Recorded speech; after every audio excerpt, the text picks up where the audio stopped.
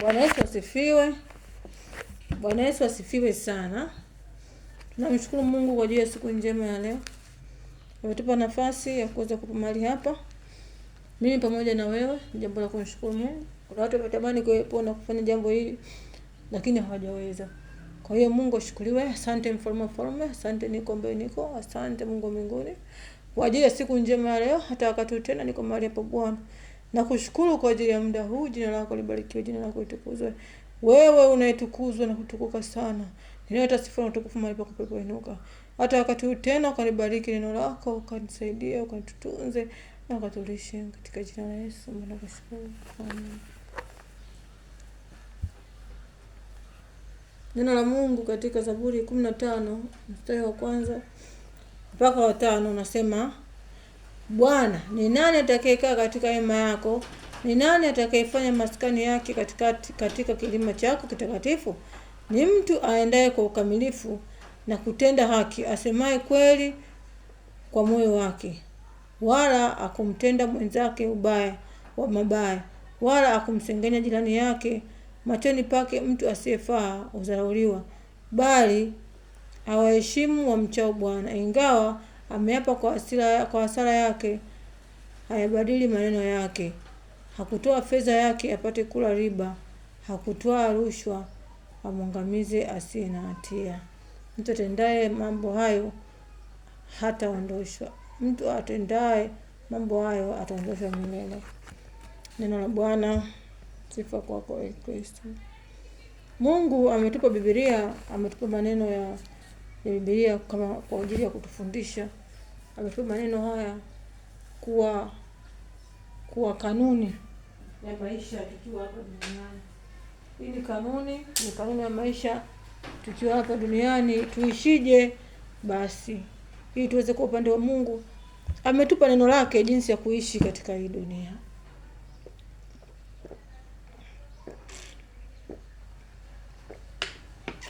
Bwana Yesu asifiwe. Mungu anatupenda. Ndio maana alimtuma Bwana Yesu aje kutuokoa. Lakini pamoja na yote Mungu ashaanza kutoa maneno ya utangulizi kupitia watumishi wake wakina Musa, Elia na wengine, kumtafuta mwanadamu ili aweze kumuokoa.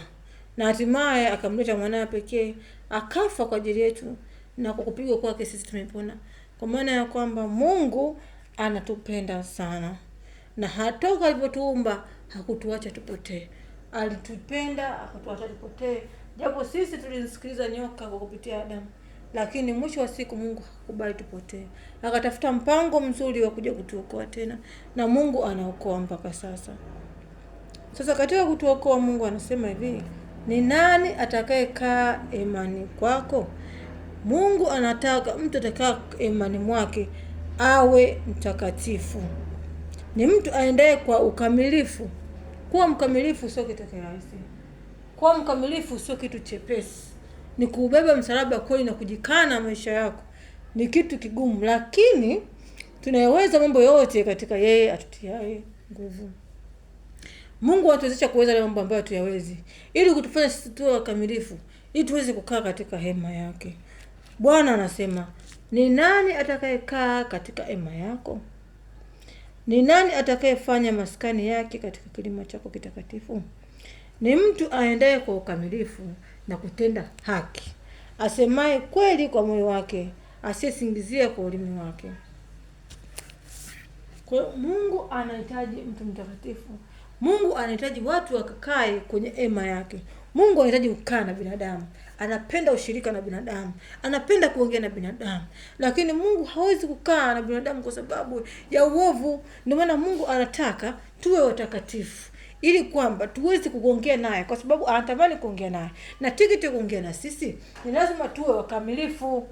Na sisi tunakamilishwa kwa Roho Mtakatifu. Roho Mtakatifu anatukamilisha, na damu ya Yesu Kristo aliyomwagwa msalabani inatusafisha, ili sisi tuweze kustahili kuweza kuongea na Yesu Kristo. Hii tuweze kustahili kuweza kuongea na Mungu Baba, ambaye Mungu anapenda kuongea na sisi.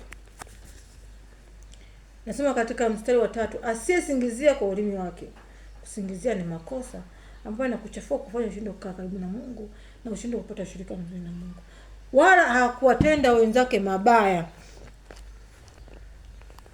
Inabidi kutenda mema kwa wenzio wote. Wala kumsengenya jirani yako pia ni kosa. Mungu atusaidie.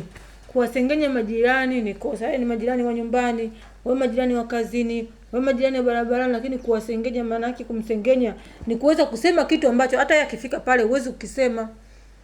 Lakini kama unasema kitu ambacho hata kiwepo pale unaweza kukisema. Hiyo sio kusengenya, ni pale ambako unasengenya, unamsema mtu kitu ambacho hata akifika yeye pale huwezi ukiongea hicho kitu. Huo ni usengenyaji. Mungu atusaidie. Hapa narudi anasema asiyesingizia kwa ulimi wake, wala hakumtenda mwenzie mabaya, wala kumsengenya jirani yake. Machoni pake mtu asiyefaa udharauliwa, bali huheshimu wamchao Bwana. Umeona? Mungu machoni pake mtu asiyefaa anadharauliwa, lakini anaheshimu wamchao Bwana. Ingawa ameapa kwa hasara yake, hayabadili maneno yake. Hakutoa fedha yake apate kula riba. Mtu huyo hakutoa fedha yake ili apate kula riba, ili aliweza kusaidia watu. Hakutoa rushwa amwangamize asiye na hatia. Hakutoa fedha yake apate kula riba, aliweza kuwasaidia watu. Lakini pia hakutoa rushwa ili amwangamize asiye na hatia.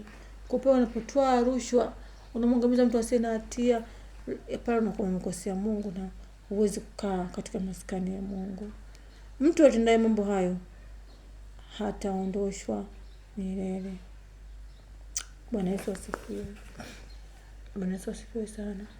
Mungu anapenda sana tuendelee kukaa na kumsikiliza. Mungu anapenda sana tuweze kukaa na kumuomba. Basi kwa mambo haya ni kwamba ni wengi tumekosea. Hapa kutoka salama ni wachache. Kwa ukamilifu ni wachache. Hivyo basi naomba tumuombe Mungu aweze kutusamehe na kutusafisha dhambi zetu zote, ili tukapate kuwa kamilifu kwa Roho Mtakatifu, na damu ya Yesu ikapate kututakasa, ili tukapate kuwa safi kabisa na kugeuka kuziacha njia zetu mbaya na kuendea njia njema, ili kwamba tuweze kukaa katika kilima chako kitakatifu cha Mungu, tuweze kupata mema ya Mungu, tuweze kupata mema ya kiroho, tuweze kupata mema ya kimwili. Mungu atusaidie na kutunda na kutunza kwa kupitia kuwa katika utakatifu wake. Mtakatifu, mtakatifu Mungu wa mbinguni. Bwana nakushukuru kwa ajili ya siku njema ya leo. Wewe ni Mungu, wewe una uwezo na unatosha Bwana. Nakuja mbele zako mimi pamoja na wanaonisikiliza Bwana, nikiomba ukapate kutusamehe makosa yetu, tukapate kutakaswa na damu ya Yesu Kristo Nazareti iliyomwagika msalabani. Katika kipindi hiki tukikumbuka Pasaka, yani kufa na kufuka kwa Yesu Kristo, tunaomba Bwana damu yako iliyomwagika msalabani ikapate kutusafisha, ikapate kunisafisha, nikapate kuwa safi kabisa. Naomba nisikiliza kapate kuwa safi kabisa. Tutakase, utusamehe pale ambako tumekosea Bwana. Umesema hautaki wasengenyaji, nasi Mungu tumesengenya. Utusamehe Bwana. Hautaki wasingiziaji, nasi Bwana tumesingizia. Utusamehe Bwana. Utuondolee maovu yetu. Utusamehe na kutusafisha, tukastahili kuweza kukaa katika patakatifu pako, ili tuweze kufanya maskani pamoja na wewe, ili kwamba wewe Mungu upate kutufurahia na maisha yetu yakapate kuwa mema, kiroho chetu kikapate kuwa imara zaidi, na kimwili chetu kikapate kujengeka. Nikupitia katika jina la mwanao Yesu Kristo ninaomba yote na kushukuru. Amen. Wewe Mungu, kwa neno hili basi Mungu ametusamehe na ametusaidia. Kwa hiyo tuzidi kujitahidi kukaa katika kilima cha kitakatifu cha Mungu, ili kuweza kukaa karibu na Mungu, kumfurahisha Mungu, kusikia kutoka kwake, na kukua na kukomaa zaidi kiroho, ili kwamba tuweze kuvuka mambo mengi ambayo ni magumu katika nafsi zetu na katika roho zetu, ambayo inapambana kiroho kwa nafsi zetu na kwa nguvu zetu hatuwezi. Lakini tutakapokaa karibu na Mungu tutaweza yote, kwa kuwa yeye anatuwezesha, kwa kuwa yeye anatuwezesha katika yote tunayoshindwa. Tukupitia katika jina la Yesu Kristo, amani ya Bwana Yesu Kristo kabaki nao, kapate kuwa salama katika jina la Yesu. Amina.